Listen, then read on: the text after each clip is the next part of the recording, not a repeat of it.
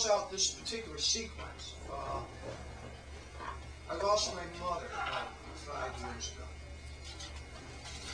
The funeral. Father has been buried here half my life.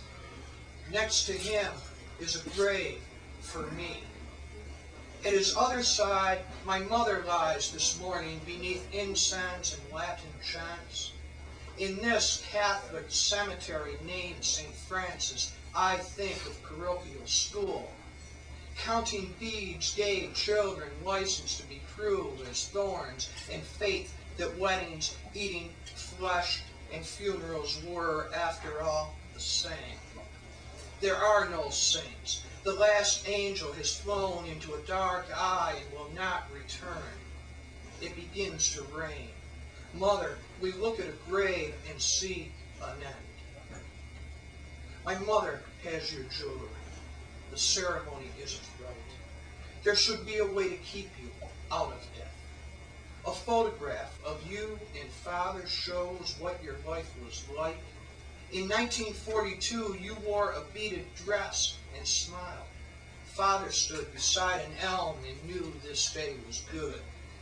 Next autumn, you were married 2 years before my birth. You held those events as sacraments even after death and loss. Now, in an uneventful town, left smaller by your leaving, the rain comes harder as we move away and home, wherever that may be.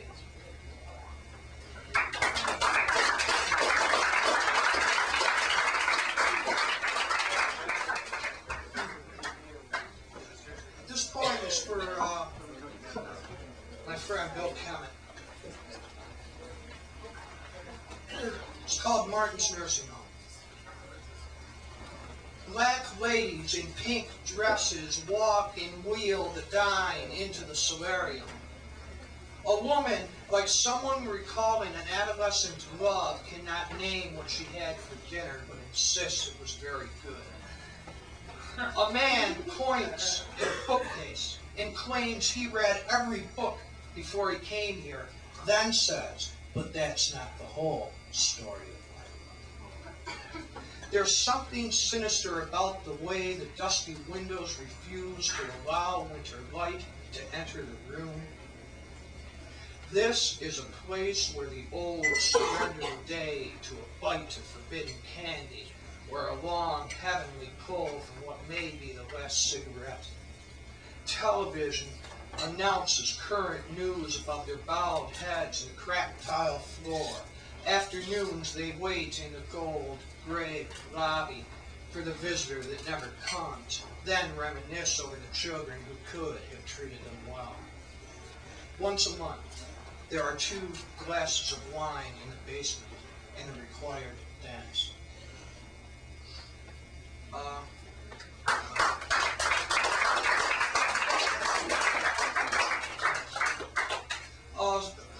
lot of my stuff there are character studies, narrative poems about people that I know. This is one of them. It's called The Last Hole. We found him sweeping the streets of the downtown Italian market and drove him home with us to the side of a dirt road. He had been the city's favorite derelict. 56 years old, unkempt gray hair, beard, a paralyzed hand, and he wore the same pair of pants throughout the entire year I knew him. His name was James, he would insist, and if you called him Jimmy, he wouldn't speak to you for a week. When he got angry, he waved his bad hand. He told us, romance deferred sickens the heart, and declared the greatest day in American history was when the lights went out in New York City and youth directed traffic with their white handkerchiefs. Once he tried to burn down a field, but again and again the wind put out the match flame. He slept with the dogs who knew him best and often woke, cried with them in the darkness, and recalled the time when, living in a Catholic workers' home, he entered a cathedral in a drunken rage, removed the icons he discovered there and threw them over a cliff. After he moved away, I stood alone in the empty room that had been his and felt a constriction at the base of my skull where something had reached up to take one last desperate hold.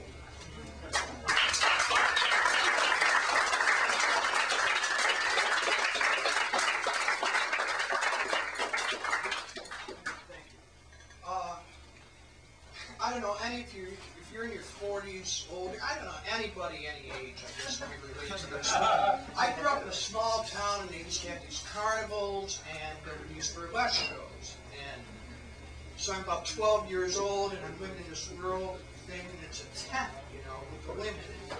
This point is called Carnival Burlesque. The shows 10 miles outside town were best. They went further than Carousel or Star. Underaged, we climbed between the folds of canvas tent to watch the women dance.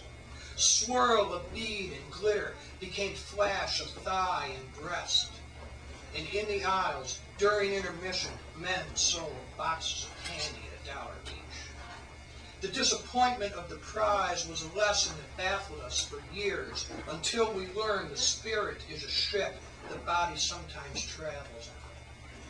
In those times, we imagined ourselves men, but their revealed mysteries no longer frightened us.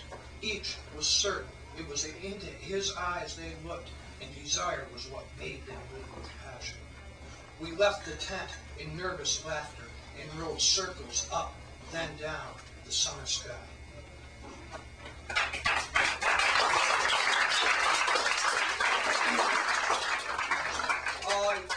Yesterday, I had this wonderful occasion. I went to an evangelist tabernacle in Dorchester with a friend of mine, and it was an incredible 3 hours of gospel singing. It put me in mind of this poem. This is a poem that I wrote a few years ago. It has to do with my daughter. I was living in a poverty-ridden area in upstate New York. I'm divorced. Newly divorced, and so my daughter is coming into the suburbs every Sunday to see me in the ghetto. And we used to go by a Baptist church. She heard the singing. We started talking about it. I explained how some people pray, how some people pray, and we would go in there every Sunday for a couple of years, from the age of like 3 to 5. This is the point that came out of that. How we prayed. We walk through a place where men sleep in elegant cars, and voices flutter onto the street like magnolias across a lawn. At the Baptist church, women sing, Jesus, Jesus, Jesus. My 3-year-old child wants to know what those people are doing. I tell her, this is how we pray. And then the Spirit has faith in its body. That is why there is dancing. A hymn demands we go to a mountain. The gleam of sweating faces and rhythm of clapping hands will take us there. Not poverty, need for grace is what we believe. My daughter, rich from her mother's country, doesn't notice her father lives poor, but understands flowers rise from the mouths of the forgotten.